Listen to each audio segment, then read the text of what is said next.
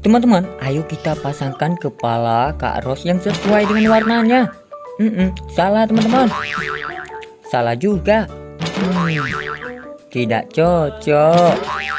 Ya, benar sekali teman-teman. Ini kepala Kak Ros yang sesuai dengan warnanya masing-masing. Dan ini kita coba lagi teman-teman ya.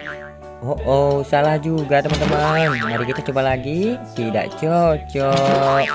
Ya, benar sekali teman-teman. Ini kepala Kak Ros warna ungu. Ayo kita coba lagi teman-teman.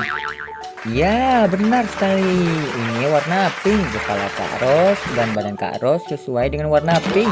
Dan yang terakhir ini warna hijau. Ya, teman-teman, terima kasih banyak.